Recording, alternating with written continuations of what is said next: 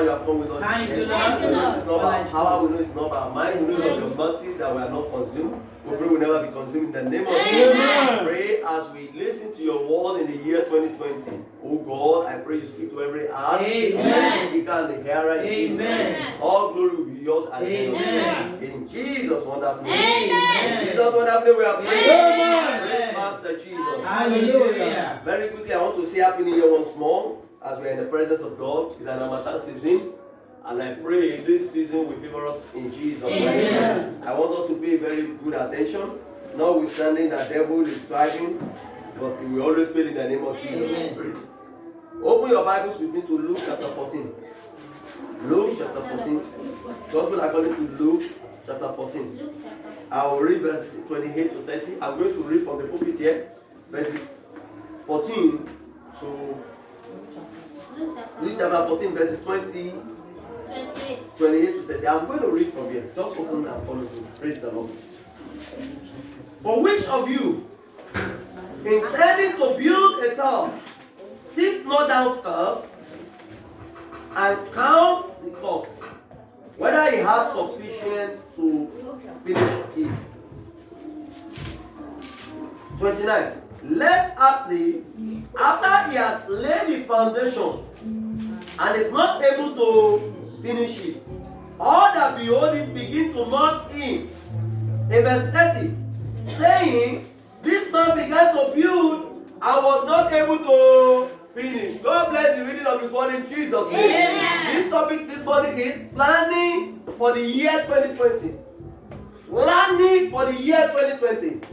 Actually, by my own thinking and plan, I wanted to do another topic this morning, this season. But Holy Spirit wanted me to do this planning. I don't know why.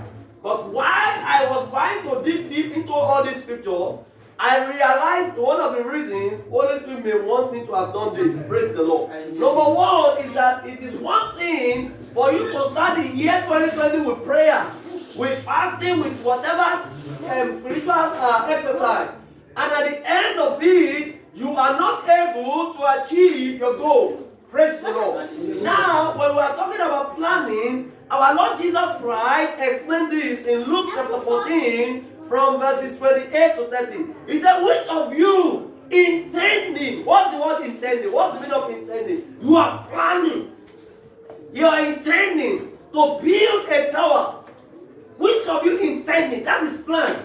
And Jesus said that will not first sit down and count the cost. Praise the Lord. Before I dig deep into this scripture, let me tell you that planning simply means what you want to achieve. What you want to achieve. And how you want to achieve it. Planning means what you want to achieve.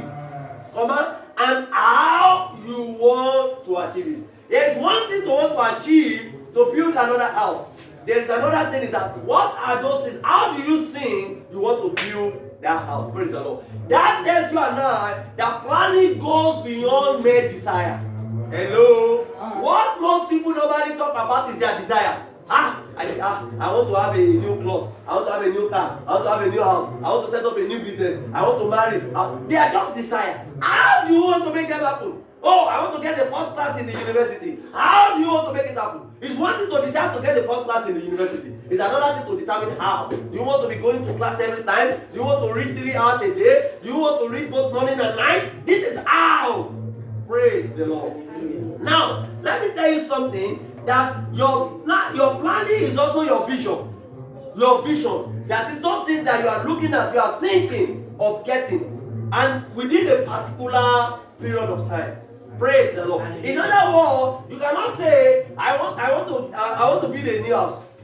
For what period of time? Is it within this year? Is it in the next 2 years or 3 years? Praise the Lord. If not, you just say it and it will just be there. Praise the Lord. And that is why you see many people, every new year, they are having new year resolutions without any of them coming to pass. Hello? This new year, I will do this. This new year, I will not do this. This new year, I will do this. How are you going to do those things? How are you not going to do them? Praise the Lord. Our Lord Jesus Christ stated something very critical for us to look at in this book chapter 14. And I want to quickly give us the steps that are involved in planning from the scripture. Praise the Lord. Hallelujah. This is not a motivational speaking at all. This one is from the Word of God. Because everything written in the Word of God there, we are to look at them critically and interpret them in the context. Praise the Lord. Hallelujah. Number one step involving planning. I'm not talking of management subject that we did in school. If I go by that definition, it will be very longer. But I am going by the definition of the scripture. What you want to achieve and how you are going to achieve it. That's planning. Praise the Lord. And I told you that why only one of the reasons Holy Spirit has laid it on my heart as I've discovered is that what? He doesn't want you to start with prayer and everything. And at the end of the day, nothing is happening. That is what I see in a lot of Christians' life. Then December 31 will come again. You now begin to see, I want to achieve 10 things. So. But see, if I once have not been able to say I've achieved it. No, that must not be your portion. That means that there is a place for prayer, there is a place for planning. Praise the Lord. No wonder our Lord Jesus Christ said, wash and pray. He did not say just pray. Wash. That is action. That is physical. Wash. Then you go and pray. That is spiritual. Praise the Lord. Hallelujah. Number one, steps involved in planning. Steps involved in planning. Number one thing is to sit down and write down your plans. To do what? Number one step is you sit down and write out your plan. Go to Habakkuk chapter 2. Habakkuk chapter 2 is in the Old Testament before Malachi. Habakkuk chapter 2.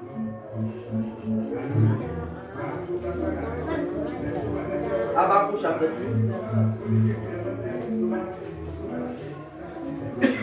Are we together? I will read verse 3a. That is, I will just read some part of verse 3. Habakkuk chapter 2, verse 3. I read. But the vision is yet for an appointed time. No, I beg your pardon. I beg your pardon. Yes. Habakkuk chapter 2, verse 2, rather. Habakkuk chapter 2, verse 2.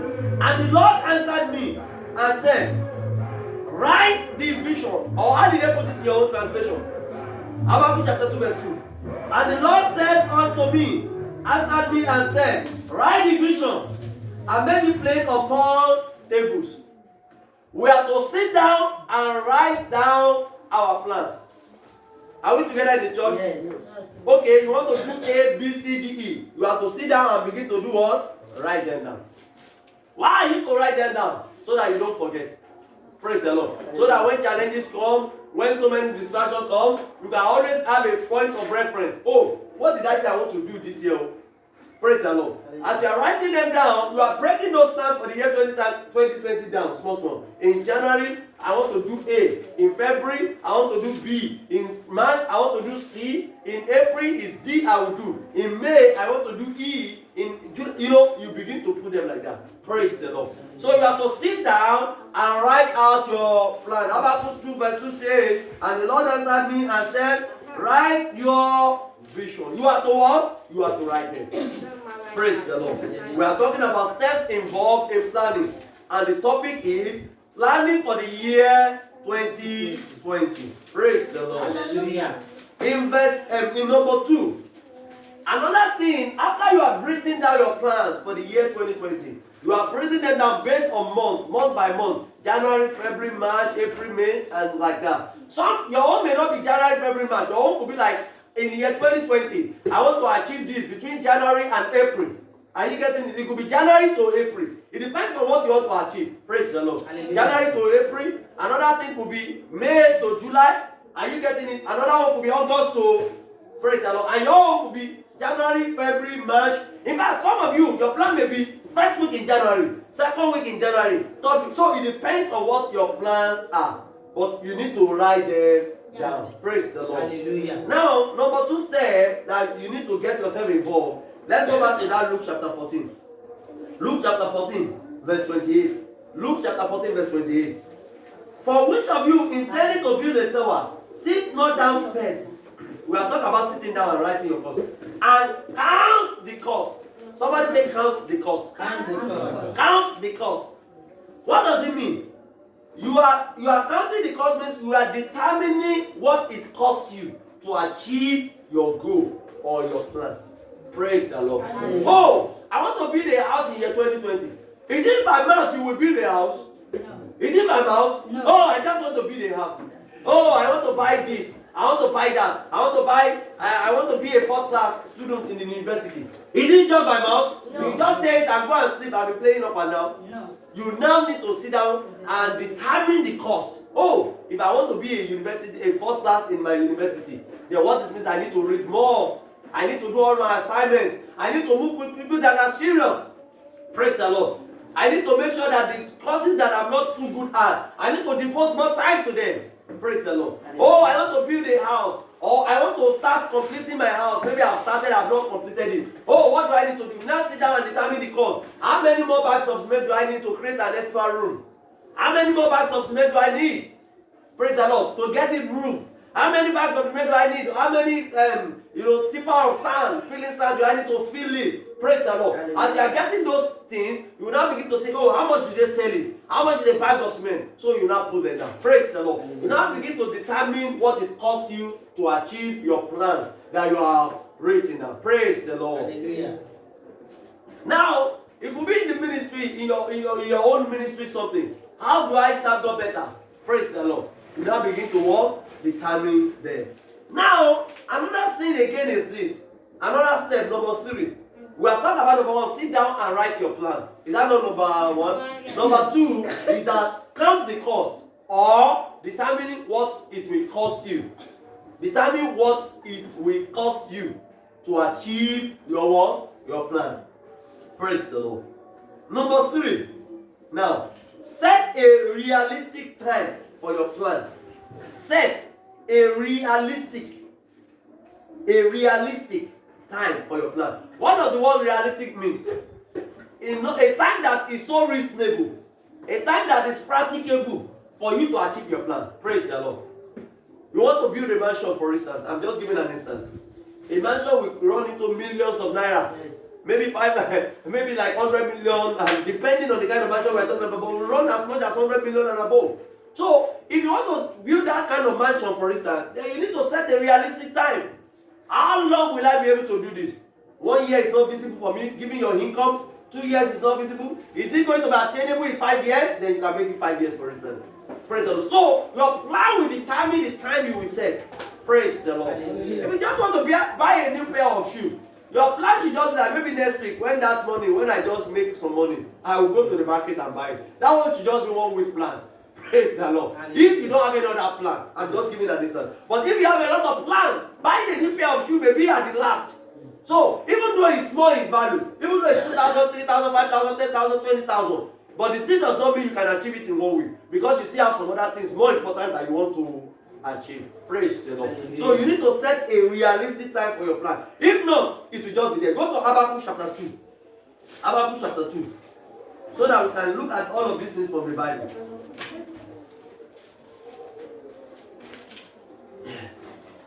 Habakkuk chapter 2.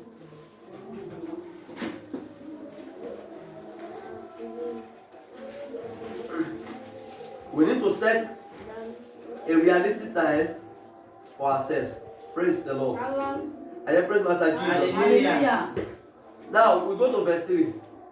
Habakkuk chapter 2, verse 3. Sorry. I beg your pardon. I'm the one enjoying this. I'm a fan. I'm enjoying this seriously. Okay. So I will read verse 2, Habakkuk chapter 2, verse 3a. I also want to read certain portion of that verse 3. Habakkuk chapter 2, verse 3a. What does it say? For the vision is yet for an appointed time. Is that the way it's written in your Bible? The vision is yet for what? An appointed time. Your vision should be for an appointed time. Your plan should be for an appointed time. Should be set, given a realistic time. Praise the Lord. Hallelujah. Don't build castle in the air. Don't build castle in the air. Praise the Lord. Hallelujah. Even if a married woman wants to give birth to another child, there must be planning. There's a time they will come together as husband and wife, and of course it will still take some time for the baby to start growing in the womb before it comes alive. Praise the Lord. Hallelujah. A lot of people have forgotten that God is a God of time. Praise the Lord. In Galatians chapter 4 verse 4, the Bible says, when the fullness of time came. So there is a place of time in your planning. It's one thing to set that you want to achieve something in the year 2020. It's another thing you need to set the timing for it. Praise the Lord. Hallelujah. So, Habakkuk chapter 2 verse 3-8, the Bible says, the vision is yet for an appointed time. Praise the Lord. Hallelujah. So, let us always set a time, a realistic time for our plan or for our vision. Last but not the least, based on the biblical standard of planning. Praise the Lord. You go to Proverbs chapter 16 verse 3.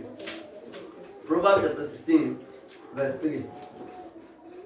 Proverbs chapter 16 verse 3. The last is not the least actually. And it's very, very important. I read verse 3 here. Commit your works unto the Lord, and your thoughts shall be established. I take that again. Commit your works unto the Lord, and your thoughts shall be established. Praise the Lord. Listen, children of God. Bible says commit your works unto God. And what does that mean? You are not expected to be idle.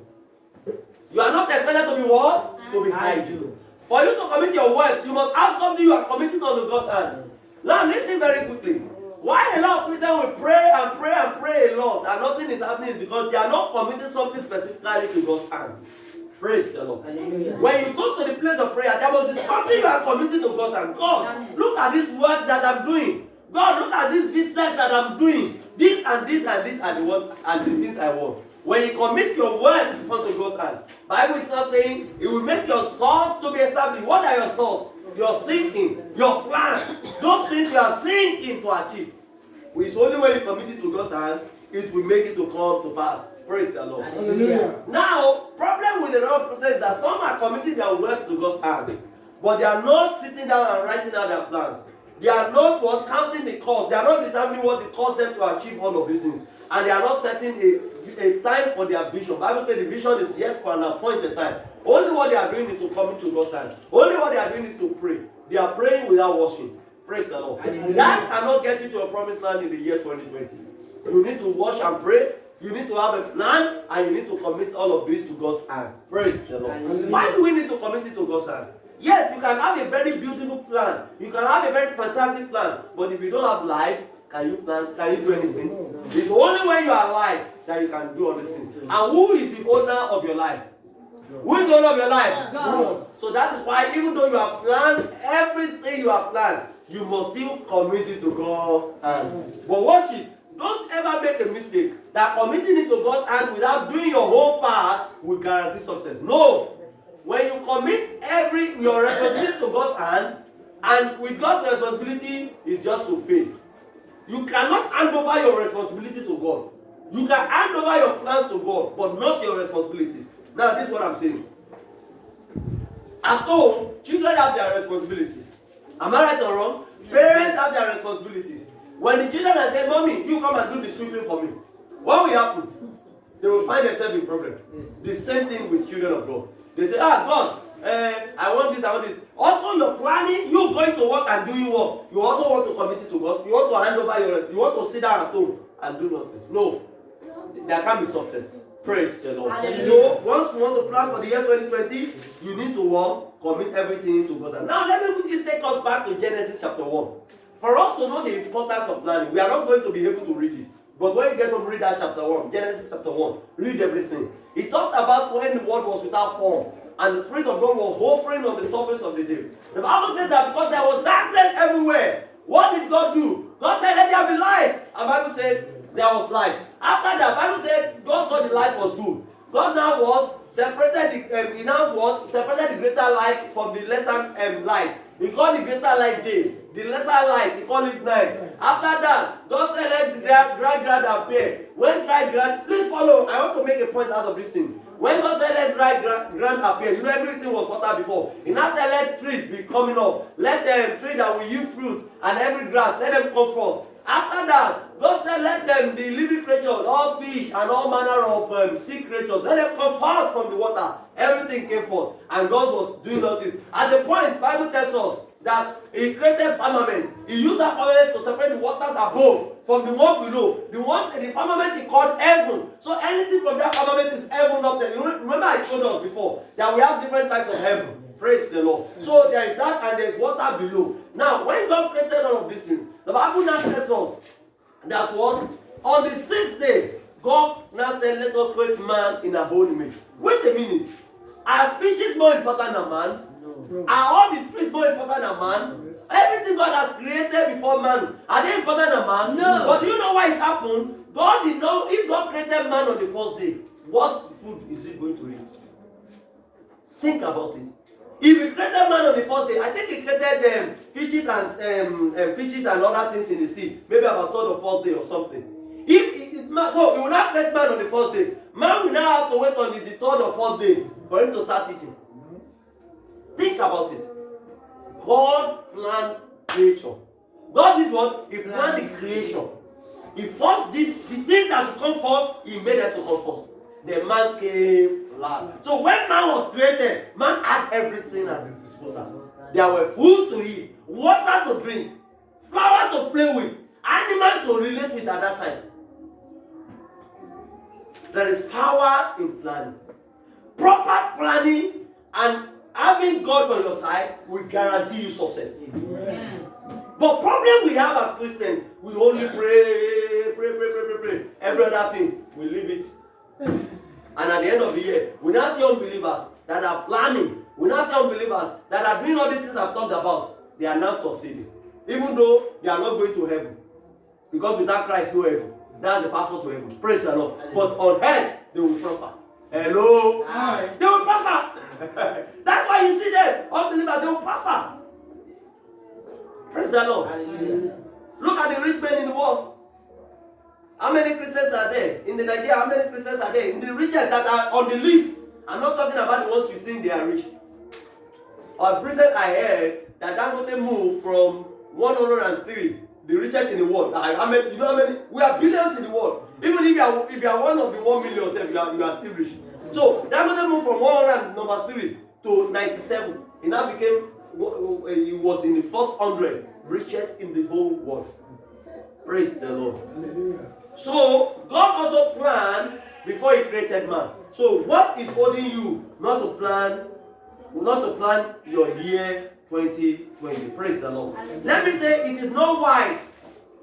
It is foolishness for you not to plan. Go to Proverbs chapter 6. Proverbs chapter 6. Proverbs chapter 6. Are we together? Proverbs chapter 6. I will read verses 6 to 8. Proverbs chapter 6, I will read verses 6 to 8.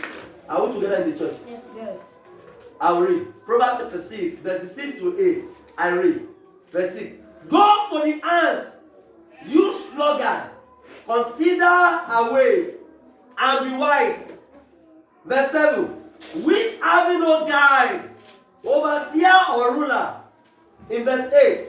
Provides her meat in the summer and gather our food in the harvest. Children of God, it is an insult for God to be leading us to go to the ant to go and learn. It's an insult. For Bible to tell you and I, go and see ants out of all creatures.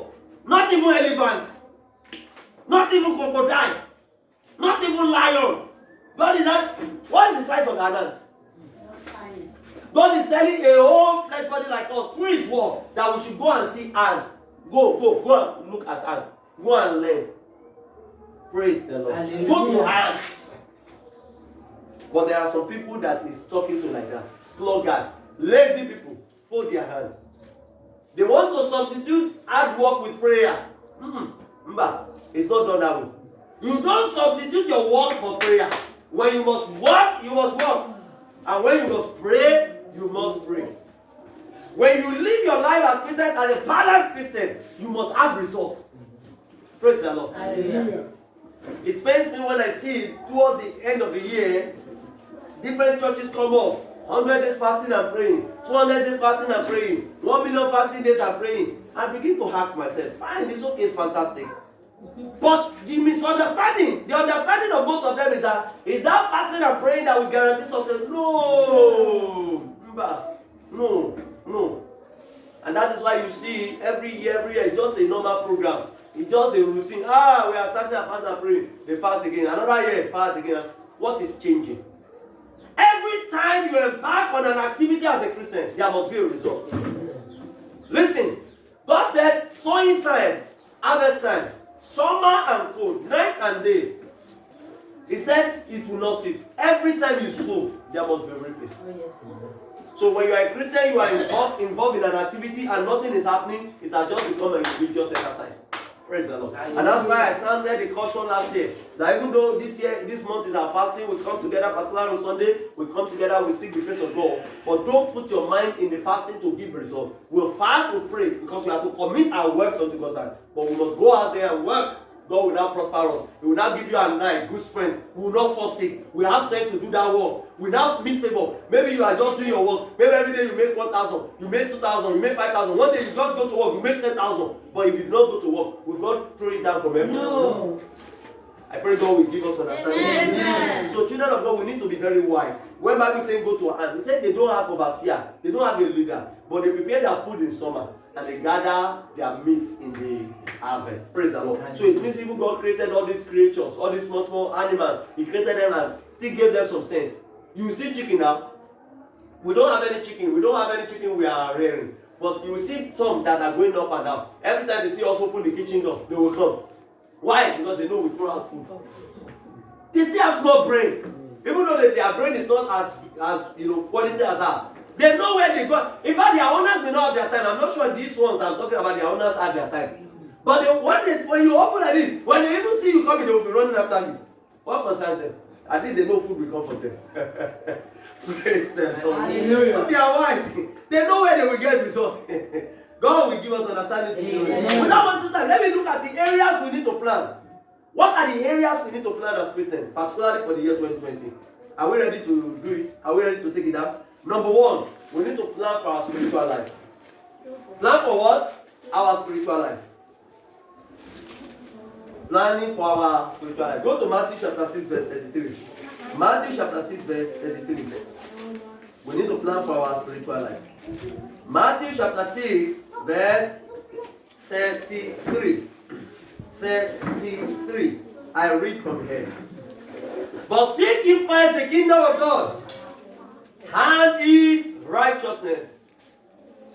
All these things shall be added unto you. Children of God, in the year 2020, one major plan we need to embark upon is our spiritual life. You cannot be detached from God and expect God to act on your behalf. You cannot be detached from God and you expect God to step into your situation. You cannot be detached from God and you have all beautiful plans in the world. And you want God to still give you the good health to be able to execute the plan. You want God to still give you the life to be able to do the plan. Imagine you have a plan for 2 years. If God decides not to give you life, tell me, how will you be able to do it? In the history of the world, nobody has been able to give life. Even the doctor will say we care, but God heals. Is that not what they say? We care, but God will heal. So doctors cannot guarantee you life. So we need to plan for our spiritual life. Planning for our spiritual life means our work with God. How do we plan for our spiritual life? Be closer to God.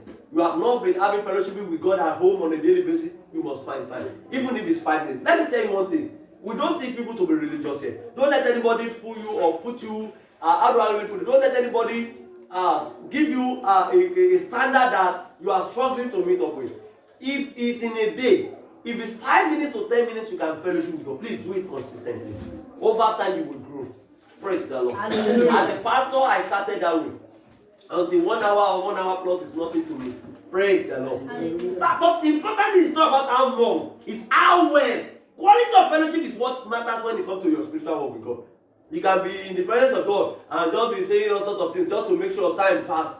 Praise the Lord. Yeah. Some people will just go and engage in vain repetition so that they want to pray for 1 hour or 2 hours. I've heard before that if somebody cannot pray for 1 hour or so, the young people that are looking for marriage should not marry such a person. But I disagree. Because the person can pray for 1 hour in your presence, but by the time he marries you, he will go back to his normal stand. So all those things are not the important thing.